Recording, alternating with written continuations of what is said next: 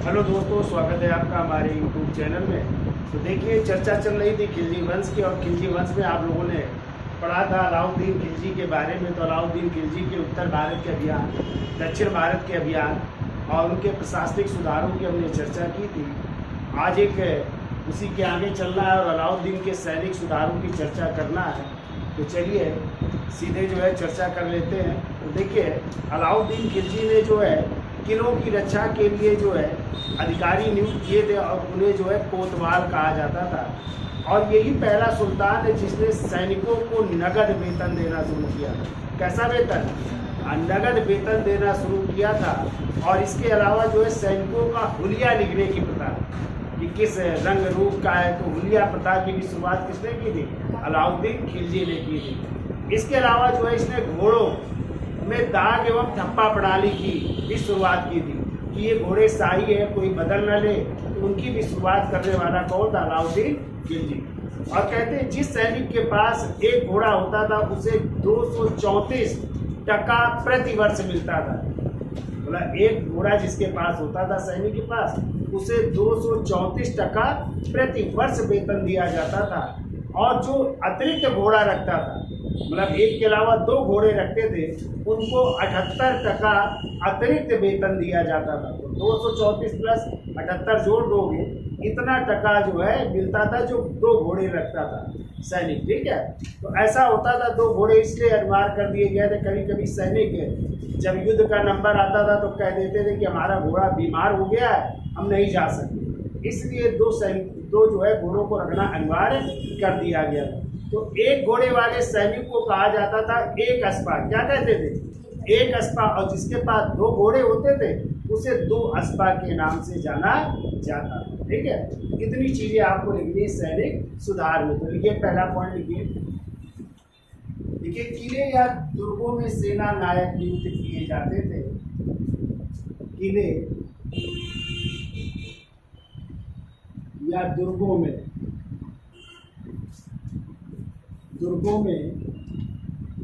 सेना नायक नियुक्त किए जाते थे।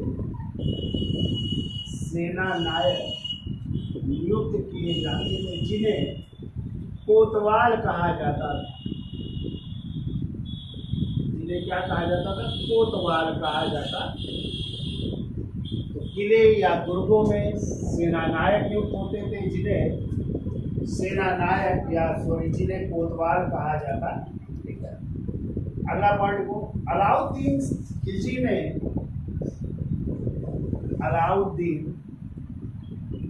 खिलजी ने सेना का केंद्रीकरण करके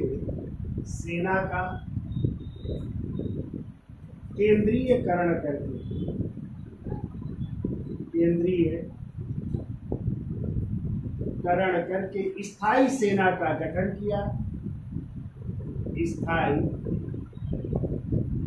सेना का गठन किया।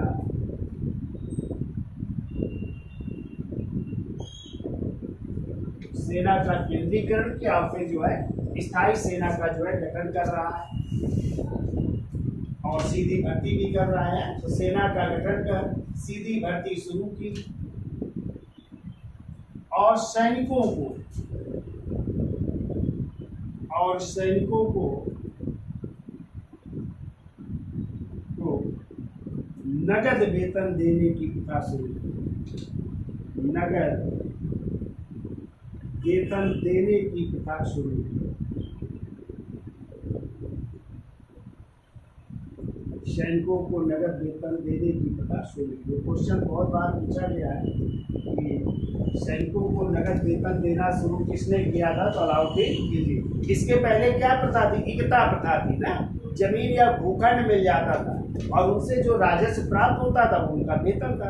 लेकिन अलाउद्दीन खिलजी ने ऐसा नहीं किया। सैनिकों को क्या देना शुरू किया?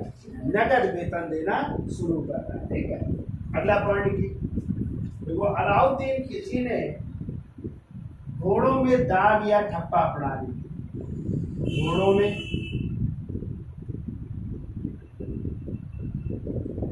दाग दिए जाते थे लोहे से या गर्म करके। ठीक है, दाग एवं ठप्पा प्रणाली, एक शाही निशान लगा दिया जाता था। एवं ठप्पा प्रणाली की शुरुआत की। डाग एवं ठप्पा प्रणाली की शुरुआत की और सैनिकों का हुलिया लिखने की प्रथा की शुरुआत और सैनिकों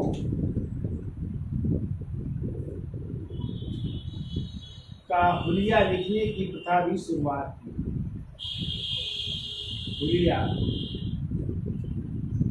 लिखने की प्रथा भी शुरुआत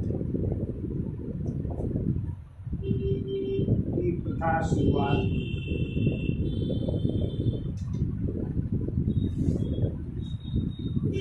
आज भी आप लोग देखा होगा जब आप लोग फार्म भरते हैं तो आजकल तो फोटो लग जाती है, लेकिन फोटो के साथ आर्मी या सेना में जब आप लोग जाते हो तो कोई ना कोई आपसे चिन्ह पूछा जाता है या आपके शरीर में कोई चिन्ह, तिल का निशान, कटे का निशान ना, तो वो आज भी जो है भरवाया जाता है। जब आदमी जाते हो आप लोग वहाँ पे फार्म भरते हो ना, तो वो वैसे ही यहाँ पे भी हुलिया लिखने की प्रथा शुरू की गई थी। आपके कोई तिल का निशान है या कोई दाग है या कोई चोट का निशान है, ठीक है, वो लिखा जाता था। ठीक है, तो इसकी शुरुआत किसने की?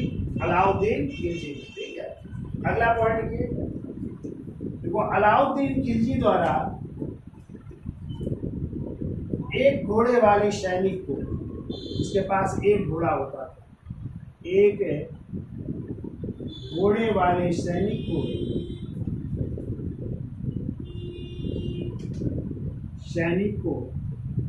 234 टका प्रति वर्ष,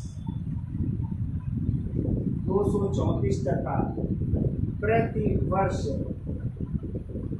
वेतन मिलता था। 234 टका प्रति वर्ष वेतन मिलता था। और यदि कोई सैनिक एक से अधिक घोड़ा रखता था, अतिरिक्त घोड़े रखने पर,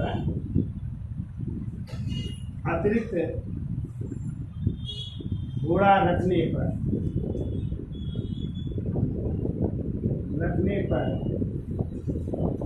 78 टका प्रति वर्ष उसको फिर से मिलता था, 78 टका और मिलता था। इस तरह यदि 2 घोड़ा रखता था तो उसे तो लगभग हो जाता था 312 टका मिलता था। ठीक है, यानी यदि कोई 2 घोड़ा रखता था तो उसे कितने 312 टका मिलता था। एक घोड़े में 234 और एक अतिरिक्त घोड़ा रख रहा है तो 78 टका और मिल जाता था, तो टोटल कितने 312। ठीक है, प्राप्त होता है। देखो, एक अतिरिक्त घोड़ा रखने पर 78 टका वार्षिक अतिरिक्त वेतन दिया जाता था। 78 टका वार्षिक अतिरिक्त वेतन दिया जाता था। इस प्रकार 2 घोड़े रखने पर, इस प्रकार 2 घोड़े रखने पर 234 प्लस 78 बराबर 312 टका मिलता था। इस प्रकार 2 घोड़े रखने पर 312 टका मिलता था।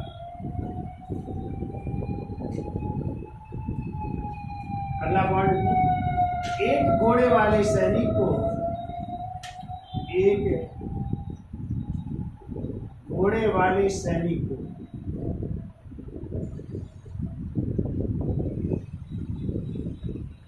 सैनिक को कहते थे एक अस्पा कहते थे। ठीक है, एक घोड़ा होता था। एक घोड़े वाले सैनिक को एक अस्पा और 2 घोड़े वाले सैनिक को 2 घोड़े वाले सैनिक को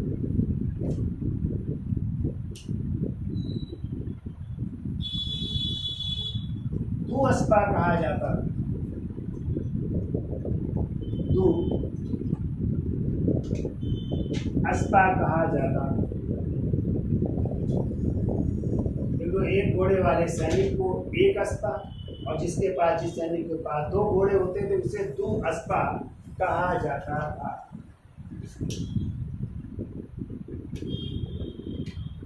ठीक है, तो ये था अलाउद्दीन खिलजी का सैनिक सुधार। याद हो जाएगा। यानी किले या दुर्गों में सेना नायक नियुक्त किए गए, जिन्हें क्या कहा गया, कोतवाल कहा गया। ठीक है, सेना का क्या किया, केंद्रीकरण किया और एक स्थायी सेना का उसने गठन किया। ठीक है, इसके अलावा उसने जो है सैनिकों को कैसा नगद वेतन देने की प्रथा शुरू, पहला सुल्तान है जिसने सैनिकों को नगद वेतन देना शुरू किया। और घोड़ों में जो है दाग या ठप्पा, दाग का मतलब चिन्ह एक लगा दिया जाता है, ठप्पा शाही लगा दिया जाता है, कोई बदले ना। पहले क्या करते थे सैनिक कि कैन जो है उनके अच्छा घोड़ा है, युद्ध का नंबर आया तो बेकार का घोड़ा, मरियल घोड़ा भेज देते थे जो काम ही नहीं करता था। अब ये था कि उन घोड़ों में जो शाही घोड़े हैं या जो राजाओं के घोड़े हैं उनमें सब पे मोहर लगा दी जाएगी, कोई बदल नहीं पाएगा युद्ध के समय। ठीक है, तो इसलिए अब शाही ठप्पा या दाग या ठप्पा प्रणाली की भी शुरुआत। इसके अलावा सैनिक भी बदल जाते थे, नहीं बदल जाते सैनिक, तो सैनिकों का हुलिया दिखने की भी प्रथा शुरू की कि आप ही हो कि नहीं, दूसरे को नहीं भेज रहे हो आप, ठीक है, तो आपको ही जाना पड़ेगा। प्लस एक घोड़े वाले सैनिक को कितने टका, 234 टका प्रतिवर्ष मिलता था। जो एक से अतिरिक्त घोड़ा रखता था उसको 78 टका और अतिरिक्त दिया जाता। या कह सकते हैं कि ये दो घोड़े जिसके पास होते थे तो 234 प्लस 78 यानी 312 टका मिलता था।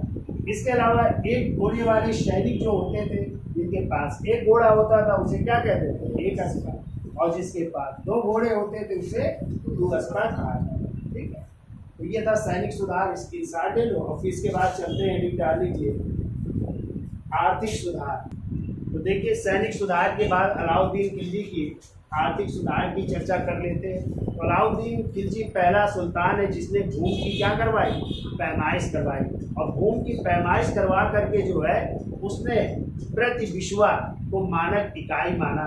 और आपको पता है 20 बिस्वा का कितना, 1 बीघा निर्धारित किया किसने, अलाउद्दीन खिलजी।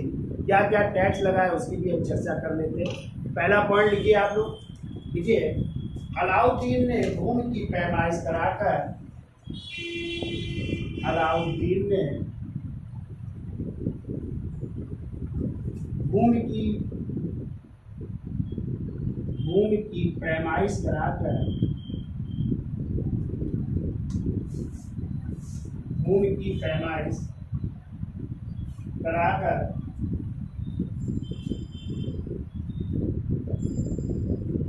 लगान का निर्धारण किया, लगान का निर्धारण किया।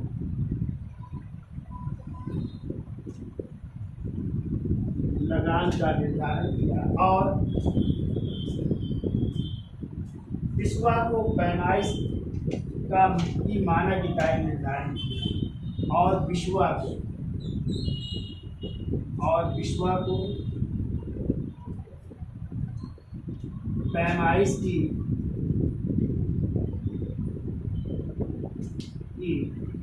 मानक इकाई निर्धारित किया, मानक इकाई निर्धारित किया।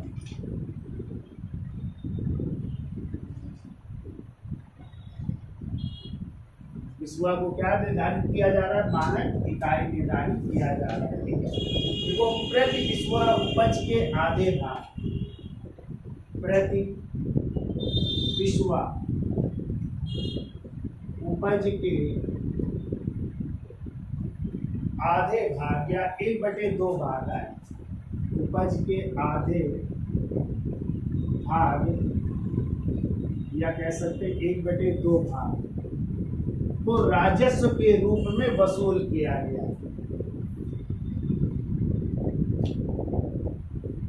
1/2 भाग को राजस्व जैसे कह सकते लगान दिया है, लगान के रूप में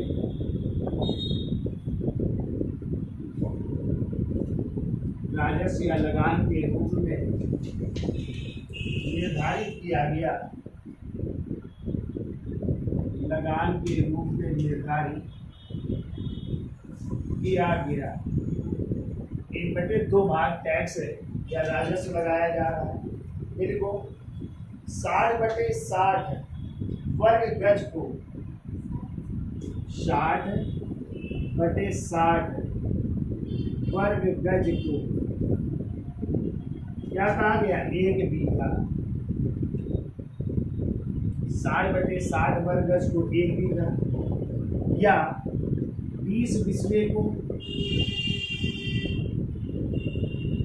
1 बीघा निर्धारित किया गया। 60/60 वर्ग गज को 1 बीघा या उसके 20वें भाग को या 20 बिस्वा को 1 बीघा निर्धारित किया गया। या ऐसे भी कह सकते हैं 20वें भाग को 1 बिस्वा, 20वें भाग को 1 बिस्वा निर्धारित किया। तो वही 20 बिस्वा बराबर की क्या हो जाएगा, 1 बीघा है, जो भी लिख सकते हैं आप। 20वें भाग को 1 बिस्वा निर्धारित किया गया। अगला पॉइंट वो अलाउद्दीन ने, कहते जो गांव के अधिकारी थे, तो गांव के अधिकारी थे उस समय खुद मुकद्दम और चौधरी खुद होते थे। जमींदार एक प्रधान होते थे, एक साधारण चौधरी साधारण किसान होते थे। कहते हैं पहले टैक्स वसूलने का अधिकार उन्हीं के पास था, खुद मुकद्दम और चौधरी के पास, ये गांव के अधिकारी होते थे। तो इनको जो है क्या कर दिया, इनको समाप्त कर दिया, इनको हटा दिया गया और सीधे राजस्व वसूल किया अलाउद्दीन खिलजी। तो इनके अधिकार क्या कर लिए गए, छीन लिए गए सभी से है। तो देखिए अलाउद्दीन ने गांव के खुद या खुदों कह सकते, खुद का मतलब होता है जमींदार, जमींदार कामा मुकद्दम होते थे गांव के मुखिया, मुकद्दम गांव के मुखिया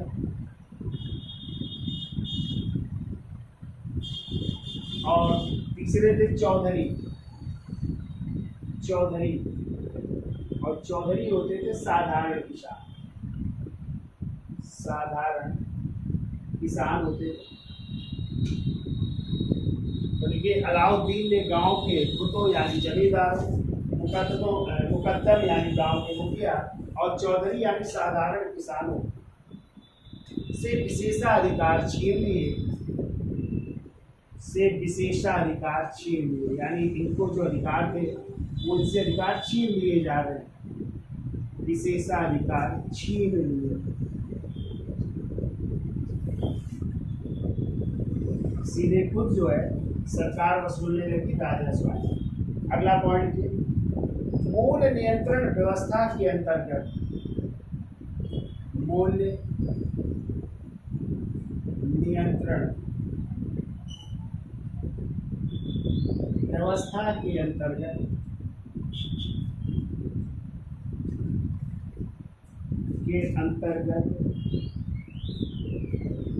सबसे कठिन अधिनियम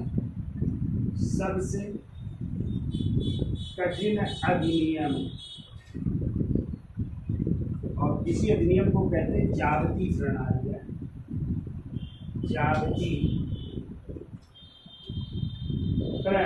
या इसी को कटाई प्रथा भी कह सकते हैं, इनको जाबती प्रणाली या कह सकते हैं सभी प्रकार के गन्ने का भाव निश्चित किया। जाबती प्रणाली या सभी प्रकार के गन्ने का भाव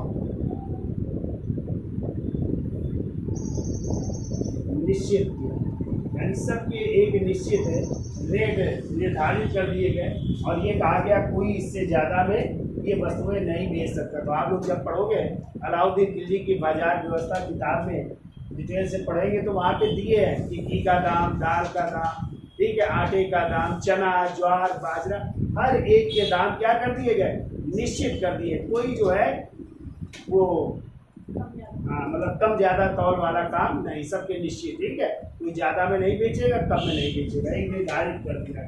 तो ये कार्य किया अलाउद्दीन खिलजी ने। अगला पॉइंट को कीमत निश्चित करके सुल्तान ने, वो कीमत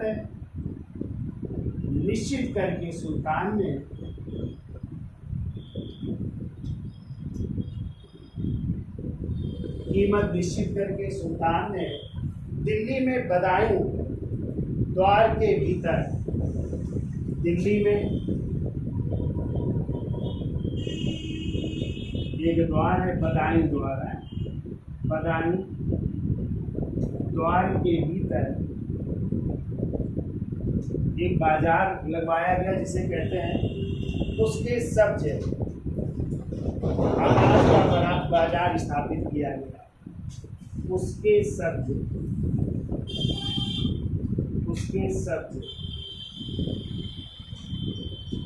इसका मतलब होता है अनाज का बाजार, अनाज का बाजार स्थापित किया गया, अनाज का बाजार स्थापित किया गया। और सरकारी विक्रय केंद्र और सरकारी विक्रय केंद्र स्थापित किए गए, सरकारी विक्रय केंद्र स्थापित किए गए और सार्वजनिक वितरण प्रणाली स्थापित की गई। और सार्वजनिक वितरण प्रणाली, ये भी क्वेश्चन बहुत बार आया है कि सार्वजनिक वितरण प्रणाली की शुरुआत किसने की थी। और इसका मतलब होता है जैसे राशनिंग प्रथा, इसी को क्या कहेंगे, राशन। जैसे आजकल नहीं राशनिंग व्यवस्था, फ्री में मोदी जी दे रहा है राशन, लेकिन इसके पहले आपने देखा था जहाँ पे कोटा होता था ना गांव में, तो आप जो है पैसे कम कीमत में दे करके खरीद सकते थे। चीनी भी मिलती थी, गेहूँ भी मिलते थे, मिट्टी का तेल भी मिलता था ना, तो वो पैसे निर्धारित थे ना कितने पैसे में ये मिलेगा। तो वही है सार्वजनिक वितरण प्रणाली, या कह सकते हैं राशनिंग व्यवस्था की शुरुआत की, सार्वजनिक वितरण प्रणाली की शुरुआत किया, शुरुआत। याद रखिएगा सार्वजनिक वितरण प्रणाली की शुरुआत कौन कर रहा है, अलाउद्दीन खिलजी कर रहे हैं। कई बार क्वेश्चन आ चुका है, ठीक है। सरकारी विक्रय केंद्र भी स्थापित किए जा रहे हैं। अब देखो इसने 3 प्रकार के बाजार स्थापित किए। बाजार कितने प्रकार के थे, 3 प्रकार के। अगला पॉइंट लिख लो, वो 3 प्रकार के बाजार स्थापित किए गए। और वो कौन कौन से बाजार हैं उनकी चर्चा कर लेते हैं। 3 प्रकार के बाजार स्थापित किए गए, इसका स्क्रीनशॉट ले लो, आगे चलते हैं। तो देखिए 3 प्रकार के बाजार थे। पहली हेडिंग डाल लीजिए मंडी या अनाज बाजार, ठीक है। तो देखिए इसमें देखो यहाँ सभी प्रकार के अनाजों, सभी प्रकार के अनाजों तथा दालों की मंडी, दालों की मंडी, दाल भी मिलती। और इनका जो प्रमुख होता था वो सहनाई मंडी कहलाता था, ठीक है। तो देखिए इसका प्रमुख है सहना ए मंडी कहलाता, सहना ए मंडी कहलाता। ये इस बाजार का प्रमुख होता था, ठीक है। इसे सहना ए मंडी कहते। और कहते हैं ये पद सर्वप्रथम, देखो यह पद सर्वप्रथम मलिक ए मकबूल को दिया गया, मलिक ए मकबूल को बनाया गया था सहना ए मंडी। सबसे पहला पद इन्हीं को मिला, सहना मंडी का, मलिक ए मकबूल, ठीक है। दूसरा लिखो बाजार का सराय ए अदल, सराय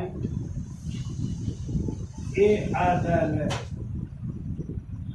और इसी को न्याय बाजार भी कहते हैं या न्याय का स्थान भी कहते हैं, ठीक है। न्याय का स्थान भी कहते हैं।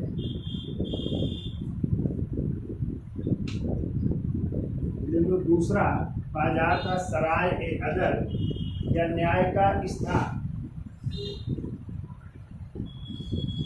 इसका प्रमुख लिख लो, इसका प्रमुख होता था राय ए परवाना, राय ए परवाना कहलाता,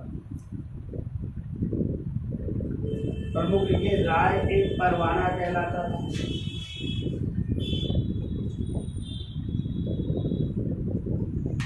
देखो, यह निर्मित वस्तुओं, यह निर्मित वस्तुओं जैसे चीनी, कामा कपड़े, कामा जूते, जो निर्मित वस्तु है होती थी उनका बाजार था। ठीक है, देखो जैसे चीनी, कपड़े, जूते, वस्त्र, वस्त्र माने कपड़े ही हो गए, आदि का बाजार, आदि का बाजार, ये सब निर्मित वस्तुएं यहाँ से प्राप्त होगी। चीनी, कपड़े, जूते, वस्त्र आदि का बाजार। ठीक है, इस बाजार में जो मुल्तान के व्यापारी होते थे उनको कुछ छूट थी। ठीक है, वो मुल्तान के व्यापारियों को विशेष रियायत देते हुए मुल्तान के व्यापारियों को विशेष रियायत देते हुए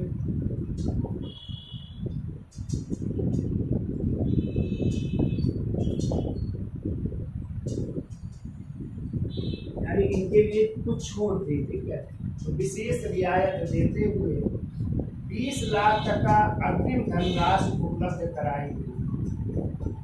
20 लाख तक का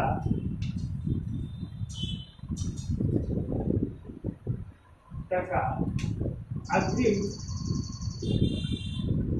राशि स्वीकार कराई गई, यानी 20 लाख तक का इनके लिए राशि स्वीकृत की गई है।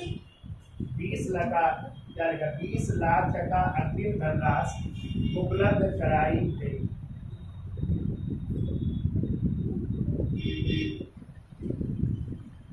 क्यों कराई गई? ताकि देखो आगे 20 लाख तक का अग्रिम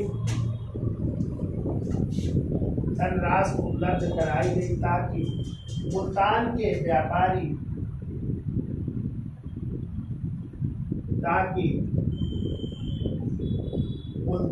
व्यापारी यहाँ आकर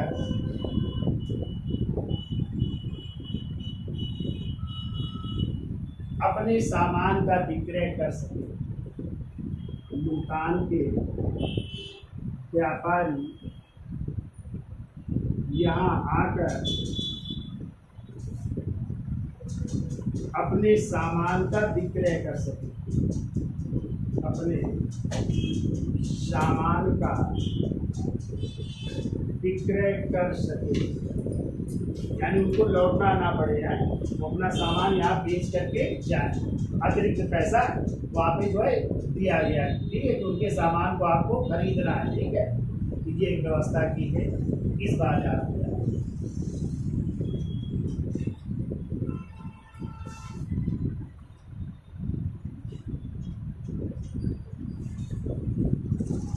देखो, इस बाजार के व्यापारियों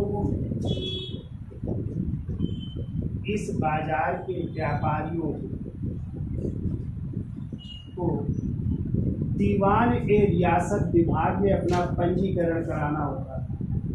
दीवान ए रियासत विभाग में अपना पंजीकरण कराना, रजिस्ट्रेशन करवाना होता था, अपना पंजीकरण कराना होता था। आज भी आप लोगों ने देखा होगा जहाँ बाजार लगते हैं वहाँ पे नहीं होते हैं व्यापारी, उनका अपना रजिस्ट्रेशन होता है ना, तो वो करवाना पड़ता है। विभाग में अपना पंजीकरण कराना होता है। अब देखो, तीसरा जो बाजार था वो था सामान्य बाजार। हेडिंग डाल लीजिए, तीसरा है सामान्य बाजार। और ये जो है जानवरों का बाजार था, तो लिख लो, या दास घोड़ों तथा मवेशियों का बाजार था। या दास यानी गुलाम बिकते थे, घोड़े बिकते थे, और मवेशी का मतलब मवेशी किसे कहते हैं? गाय, बैल, भेड़, बकरी, ये सब बिकते थे, और मवेशियों का बाजार था। ये सब बिकते थे इस बाजार में, सामान बाजार में। दास यानी गुलाम बिकते थे, घोड़े बिकते थे, और मवेशी यानी जानवर बिकते थे ना। तो ये 3 प्रकार के बाजार थे अलाउद्दीन खिलजी के शासनकाल में। एक मंडी या अनाज बाजार, दूसरा सराय या दर, और तीसरा था सामान बाजार। ठीक है, याद हो जाएगा। अब चर्चा कर लेते हैं टैक्स की, राजस्व की चर्चा कर लेते हैं। तो आपको पता है कि अलाउद्दीन खिलजी के समय 4 कर तो थे ही, जजिया, जकात, खुम्स और खराज। इसके अतिरिक्त जो है अलाउद्दीन खिलजी ने 2 कर और लगाए थे, चरी कर और घरी कर। चरी का मतलब जानते हो? जो चारागाह होते थे, जहाँ पे जानवर चरने जाते थे। और कौन से जानवर? जो दुधारू होते थे, जिससे दूध निकलता था, उस दूध को बेचते थे लोग, उससे पैसा कमाते थे। तो जब आप पैसा कमा रहे हो, आपके जानवर चरने जा रहे हैं चारागाह में, तो आपको एक टैक्स देना पड़ेगा, और वो क्या था? चरी कर। इसके अलावा क्या लगाया? घरी कर। घरी का मतलब यदि आपके पास घर है, आवास है, तो उस घर के लिए भी टैक्स लगता है, जिसे क्या कहते हैं? House tax. आज क्या कहते हैं हम लोग?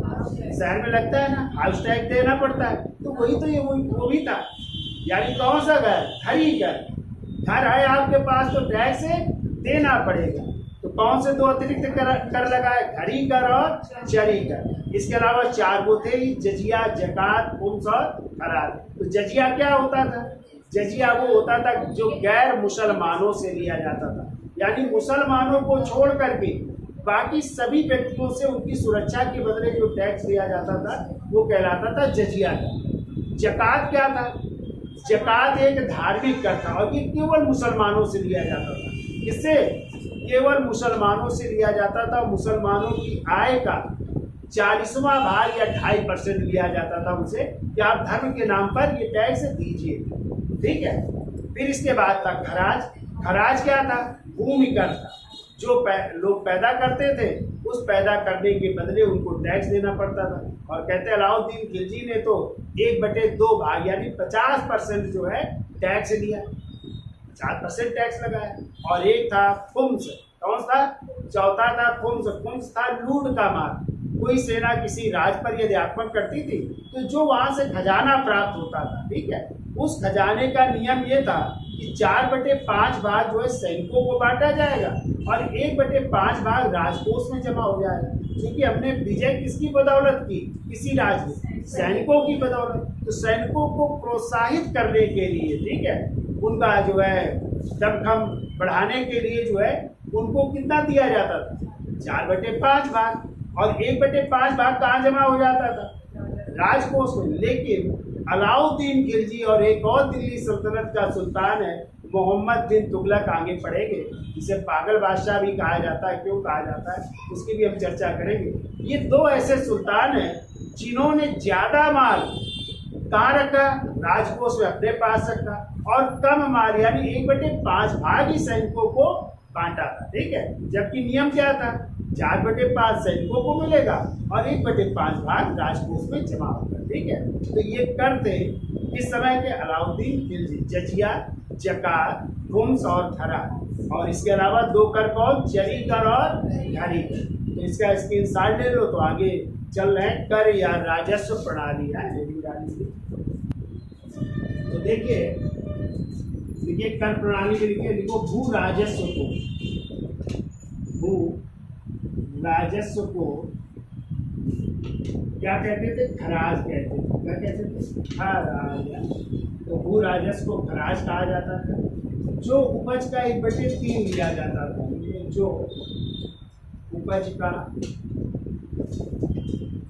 1/3 भाग था, पहले 1/3 भाग था। ठीक है। लेकिन अलाउद्दीन खिलजी ने कितना कर दिया? लिख लो, इन्होंने जो है उपज का 1/2 या कह सकते 50% भाग प्राप्त किया। तो 2 सुल्तान दिल्ली सल्तनत में ऐसे हैं, ठीक है। कौन कौन? एक अलाउद्दीन खिलजी प्लस एक मोहम्मद बिन तुगलक, जिन्होंने जो है उपज का कितने परसेंट? 50% भाग टैक्स के रूप में वसूल किया। और इसी पद्धति को कहते हैं मसाहत पद्धति। अभी हमारे एग्जाम में ये क्वेश्चन आ चुका है, आज से 7-8 साल पहले, कि मसाहत, ठीक है, ये याद रखिएगा, पीजीटी का क्वेश्चन है, मसाहत पद्धति कहते हैं, ठीक है। इसे क्या कहते हैं? मसाहत पद्धति कहा जाता है। तो लिखिए, भू राजस्व को खराज कहा जाता है, जो उपज का 1/3 भाग था। परंतु अलाउद्दीन खिलजी और मोहम्मद बिन तुगलक ने 50% या 1/2 भाग लिया, जिसे मसाहत पद्धति कहते हैं।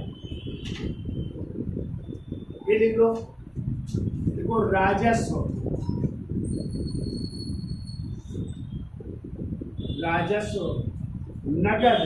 नगद भी लिया जाता था, वह अनाज के रूप में भी लिया जाता था।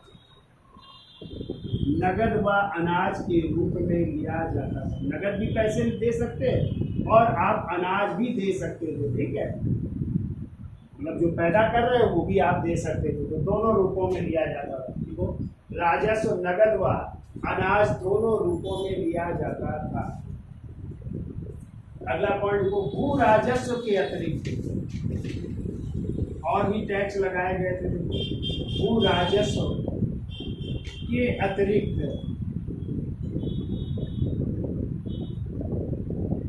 अलाउद्दीन ने आवास कर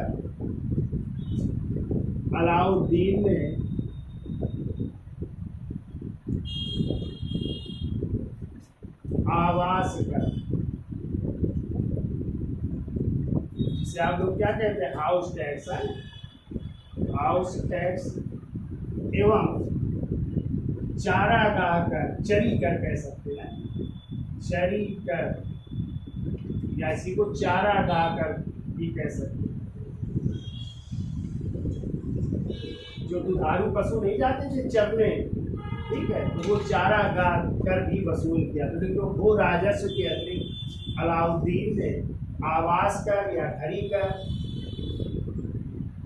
या हाउस टैक्स, आवास कर, इसी को घड़ी कर कह सकते हैं, घड़ी कर या हाउस टैक्स, और चरी कर यानी चारागाह टैक्स भी वसूल किया।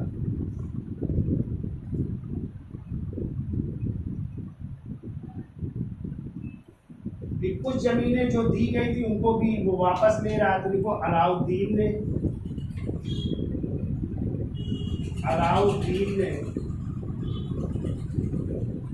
लोगों को वितरित की गई मुफ्त जमीनें, लोगों को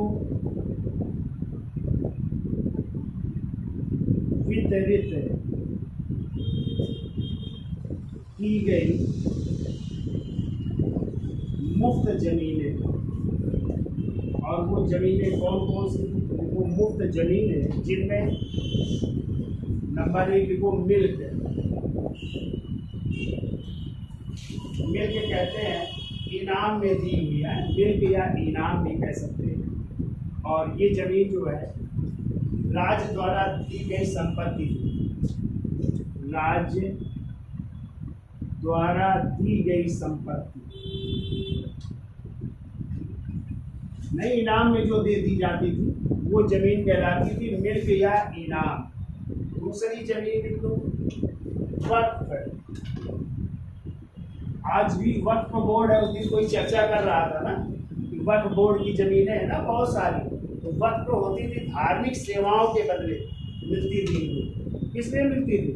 धार्मिक सेवा करते थे तो उनके बदले जमीनें मिलती थी। तो देखो, धार्मिक सेवाओं के बदले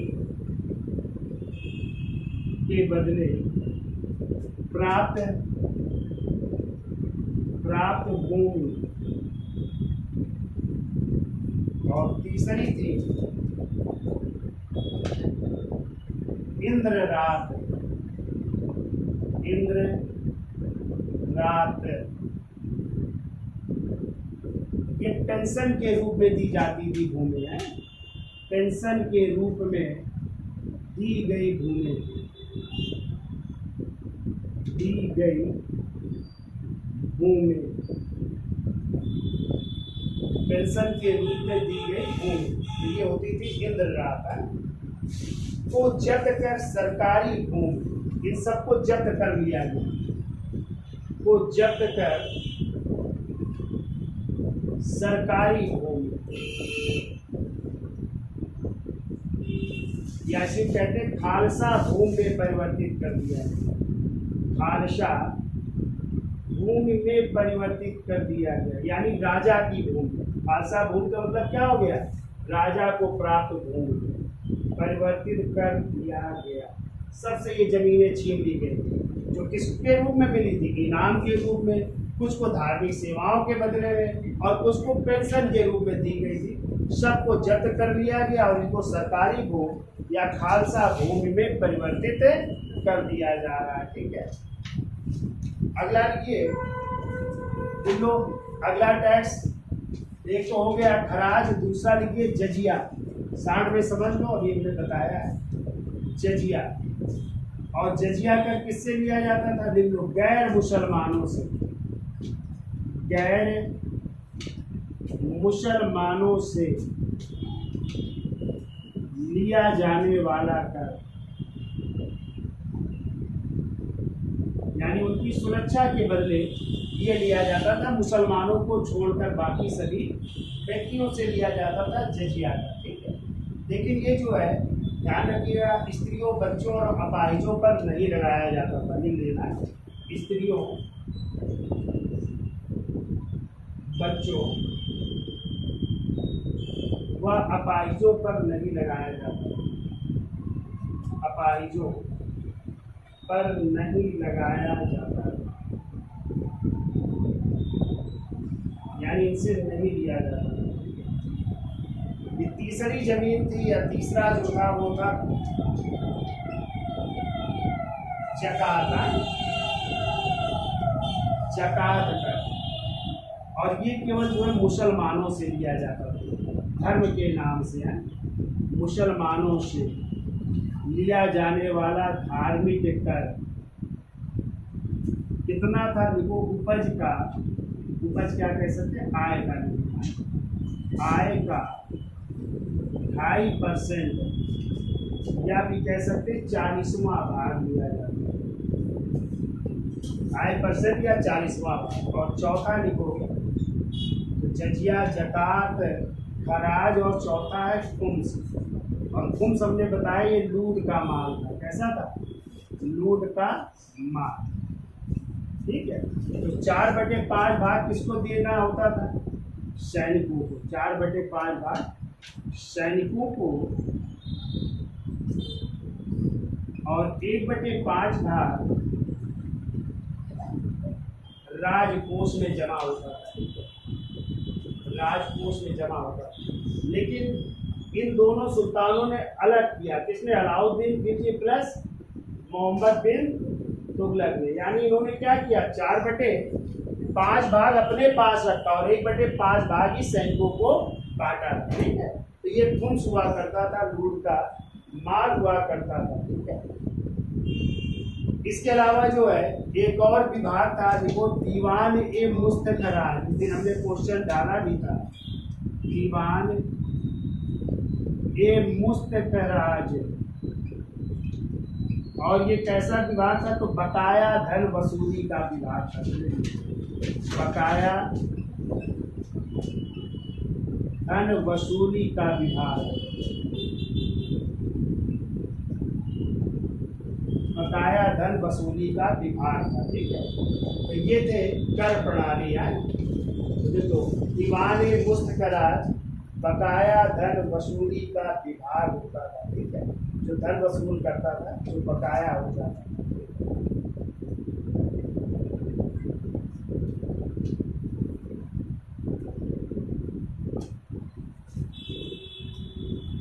अब देखिए चर्चा कर लेते हैं स्थापत्य कला। तो आपको पता है अलाउद्दीन खिलजी ने कौन सा महल बनवाया? सीरी का महल। इसके अलावा वैज्ञानिक विधि से उसने अलाई दरवाजा बनवाया था। क्या बनवाया था? अलाई दरवाजे का भी निर्माण करवाया था, ये याद रखिएगा। और जमात खाना मस्जिद का निर्माण करवाया था। ठीक है। कहते हैं अलाउद्दीन खिलजी की मृत्यु कब हो गई थी? 1316 ईस्वी में। ठीक है। कैसे मृत्यु हो गई थी पता है? दारुल पीड़ा से। अब दारुल पीड़ा का मतलब होता है कि यकृत रोग। इससे लीवर डैमेज हो गया था, यकृत रोगी हो गया था उसका। लीवर माने क्या होता है? तो यकृत रोग के कारण उसकी क्या हो गई थी? मृत्यु हो गई थी। और उसका मकबरा कहाँ पे है? तो दिल्ली की जामा मस्जिद के सामने एक स्थान है कुतुब कॉम्प्लेक्स में। कहाँ पे है? कुतुब कॉम्प्लेक्स में अलाउद्दीन खिलजी का मकबरा है। ठीक है। तो इसको हम लिखवा देंगे। तो ये है आपके अलाउद्दीन खिलजी की कहानी। क्लियर? तो आज के लिए इतना रखते हैं, फिर अगले सुल्तान की चर्चा नेक्स्ट टाइम में करेंगे। धन्यवाद।